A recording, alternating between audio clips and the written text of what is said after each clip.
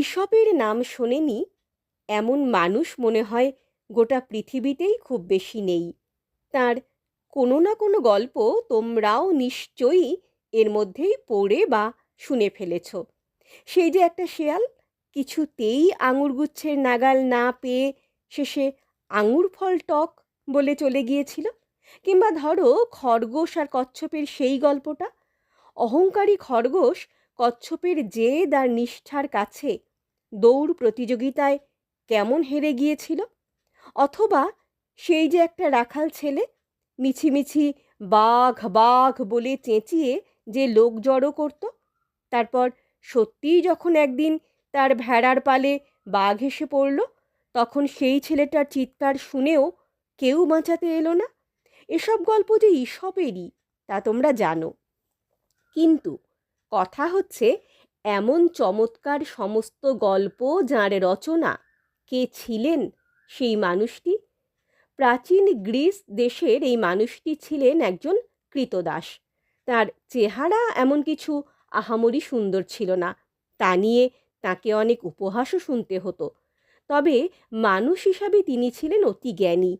তার আশপাশের সমস্ত লোকজনের আচার ব্যবহার খুব খুঁটিয়ে খুঁটিয়ে লক্ষ্য করতেন তিনি। তারপর তাদেরই দোষ আর গুণ নিয়ে বানাতেন গল্প। প্রত্যেকটি মানুষের মধ্যেই এমন অনেক দোষ বা গুণ দেখা যায়, যা দেখে বিভিন্ন পশু পাখির কথা মনে আসে। ঈশপের এইসব গল্পের চরিত্রগুলিও তাই অধিকাংশ ক্ষেত্রেই মানুষ নয়, পশু পাখি। অবশ্য পশু পাখির কাহিনীর ছদ্মবেশে মানুষের কথাই লিখেছেন ঈশপ। ঈশপের প্রভু রাজা ক্রোসাস একবার কিছু টাকা দিয়ে তাকে ডেলফিতে পাঠান।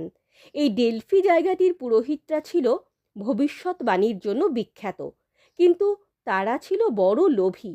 তারা যত টাকা পায় ততই চায় আরও আরও টাকা।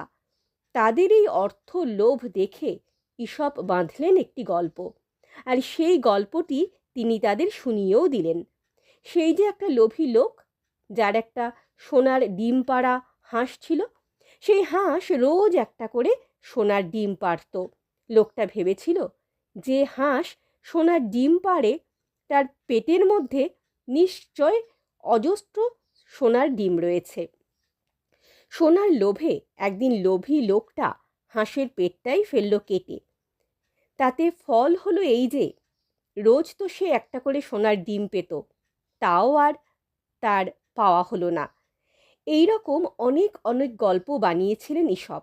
সবই নীতি গল্প, অর্থাৎ সেগুলি পড়ে যে শুধু গল্পের মজা পাওয়া যায় তা নয়, সেই সঙ্গে পাওয়া যায় খুব ভালো ভালো সব উপদেশ।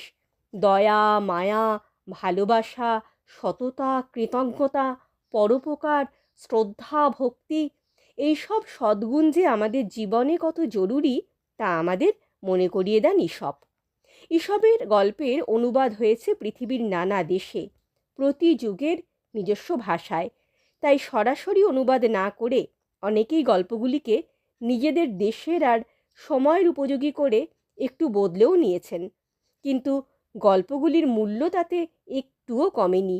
মানবজাতির সবচেয়ে বড় শিক্ষকদের একজন এই মানুষটি, ঈশপ।